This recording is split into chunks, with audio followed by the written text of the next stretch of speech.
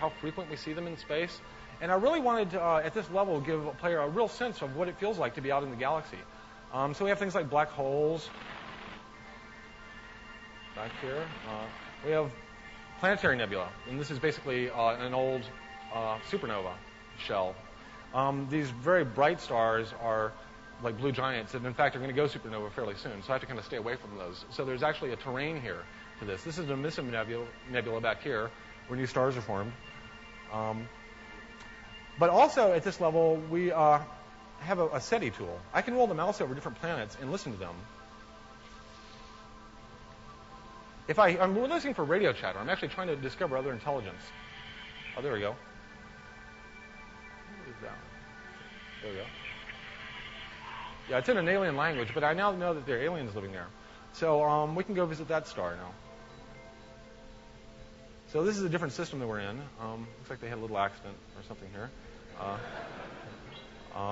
This is another race. Now, this is the point at which I am overtly browsing other players' worlds. Okay, so this entire world was created by another player, and now the computer, it's downloaded to my machine. I want to emphasize this is asynchronous. It's not a simultaneous multiplayer game.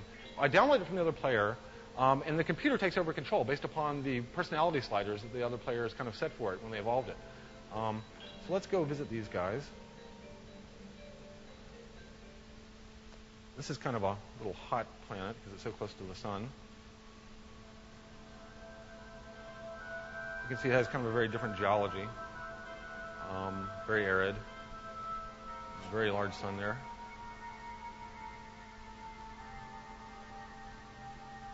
Looks like we have a big city over here. We'll kind of approach slowly. Now, when we're doing first contact with the other species, you have to kind of play this little Close Encounters musical game with them to try and establish a language. And they may or may not respond well, depending on how you play it. So I'll try that now.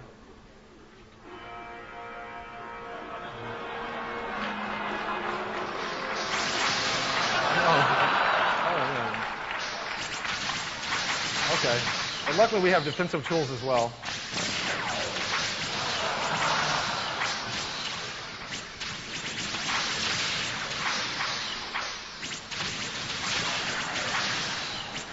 So this is Space Invaders. My weapons are seeming a little ineffectual against them. But as I mentioned, all of our tools in the UFO come in many different flavors. So.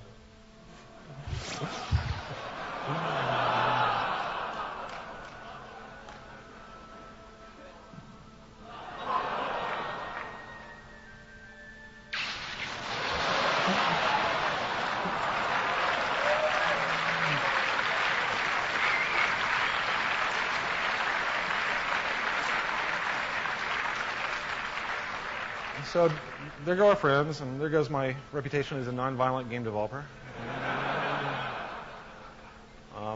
But we made a new ring. It was a nice crafts project. So I'll just pull out to here. We're going to leave this place. There's nothing more to see here. Move away now. Okay, so at this level, the space level, we actually want to build a set of metagames around, basically my favorite genres of science fiction. Each one of these is going to be a metagame at this level. Starting with something like War of the Worlds, kind of an adult supervision, Peacemaker, Day of the Earth Stood Still type scenarios. Uplift, where I go to worlds that have just primitive creatures.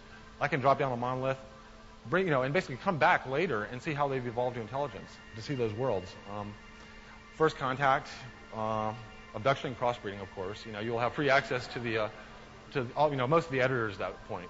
So at this point, I can go back into the creature editor for free and make weird alien, hybrids. And diplomacy. Every race is going to have its own kind of personality. We're actually using the Star Trek races as kind of landmarks, making sure that we get, with the smallest number of dimensions, we can clearly distinguish between all these races, so that when I go up and interact, and I have like the Klingons versus the Borg, or my versions of these things, that they should behave appropriately with each other. They don't want to fight or trade or just be good friends and share, cool ideas, whatever. We want the space game to really feel very, very open-ended, and this is where I think most of the narrative is going to come into the game. I want the players to feel like they're creating these worlds. If you look at some of the old comic book covers from the 30s and 40s, that's what I want the players to feel like they can make these worlds of this variety. If you look at these covers, they mostly, they have vehicles, buildings, aliens, and planets. I mean, so all the different things that we have editors for are represented on these covers. This is some of the concept art we did for